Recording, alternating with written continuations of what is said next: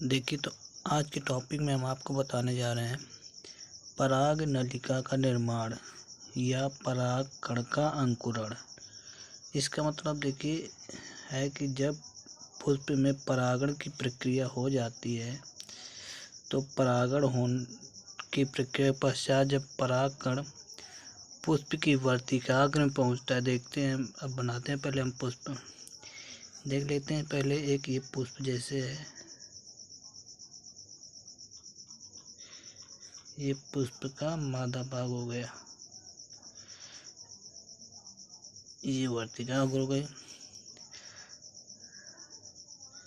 पहले एक देखिए पुष्प हम बना लेते हैं।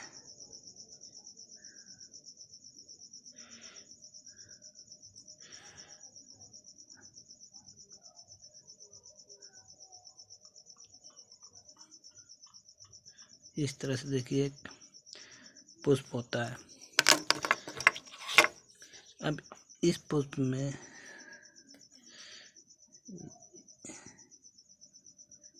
देखते हैं दल हो गए, इस तरह से। अब जब इसमें जो परागकण बने होती है, इधर परागकण बनते हैं पुष्प में, तो जब ये परागकण यहाँ से वर्तिकाग्र पराग को से निकल वर्तिकाग्र पहुँचते हैं, यहाँ पर ऐसे ये आ गया परागकण, ये भाग है वर्तिकाग्र।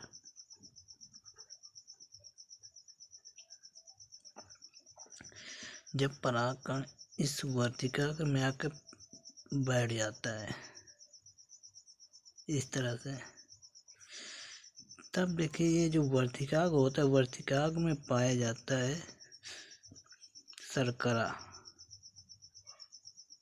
ये शर्करा पाया जाता है। तो जब ये शर्करा इसमें पाया तो ये जो परागकण होता है, इस परागकण में अंकुरण की प्रक्रिया शुरू हो जाती है, जिसके बाद में अंकुरण होता है और तब जाके आगे पराग नलिका का निर्माण कैसे होता है वो देखिए हम आपको बताते हैं। तो सबसे पहले देखिए इस परागकण को हम थोड़ा बड़ी संरचना बना रहे हैं। इस तरह से एक परागकण बना। इस परागकण के पहले थोड़ी संरचना देखते हैं किस तरह से होता है।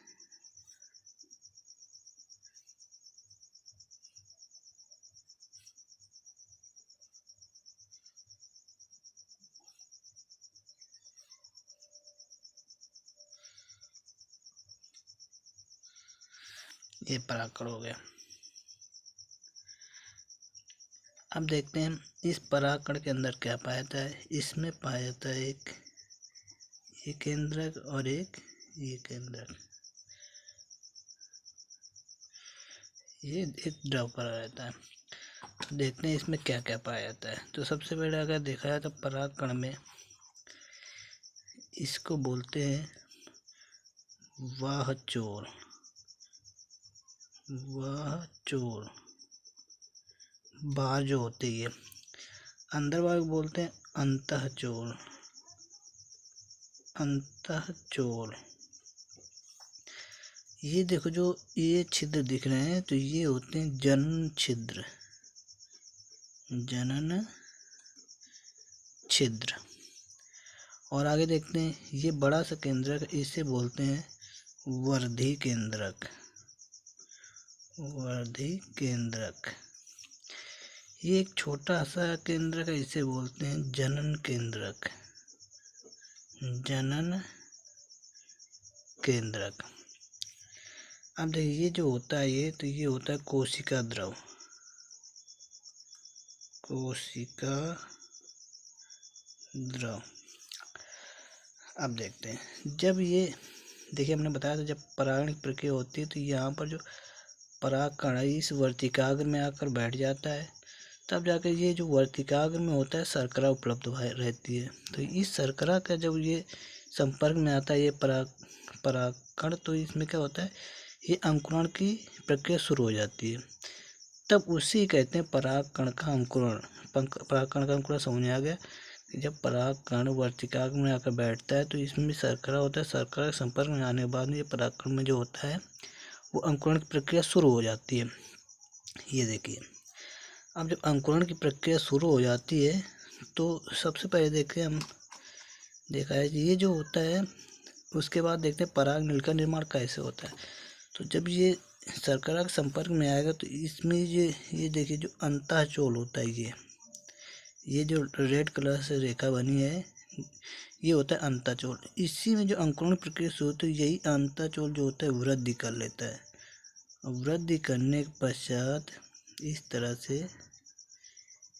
एक पराग नलिका का निर्माण करता है ये। अब इसी पराग नलिका के निर्माण के बाद में ये होते हैं ये जनन केंद्र और वर्धि केंद्र। इसी पराग नलिका के माध्यम से यहाँ पर आ जाते हैं। यहाँ देखिए, अगर देखा जाए तो ये जो पराग नलिका बनेगी तो यहाँ पर आके इस तरह से ऐसे पराग नलिका का निर्माण होता है ये। अब ये जो होते हैं इसमें होते हैं ये जो केंद्रक जो होते हैं, इस परागकण के माध्यम से ये यहाँ पर एक आ जाता है वर्धि केंद्रक और एक आ जाता है ये जनन केंद्रक। देखिए नीचे की तरफ रहेगा वर्धि केंद्रक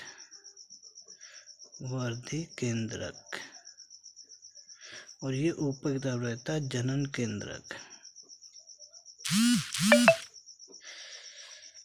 जब ये दोनों रहते हैं तो इस तरह से ये देखिए यहाँ पर ये दोनों केंद्रक इस वर्तिका वाले, ये होता है भाग वर्तिका।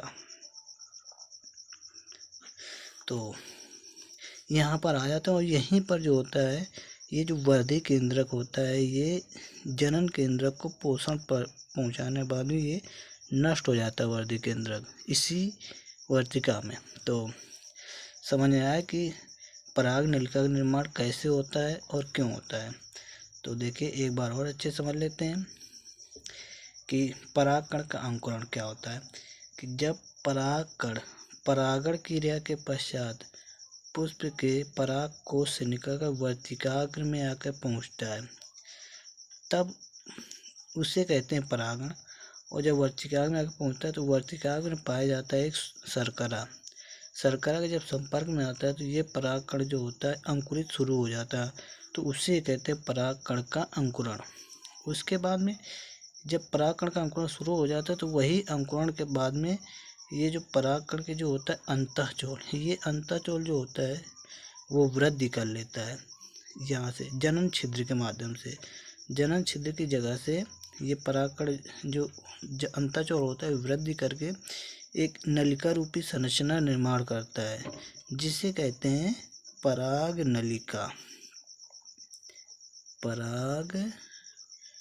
नलिका।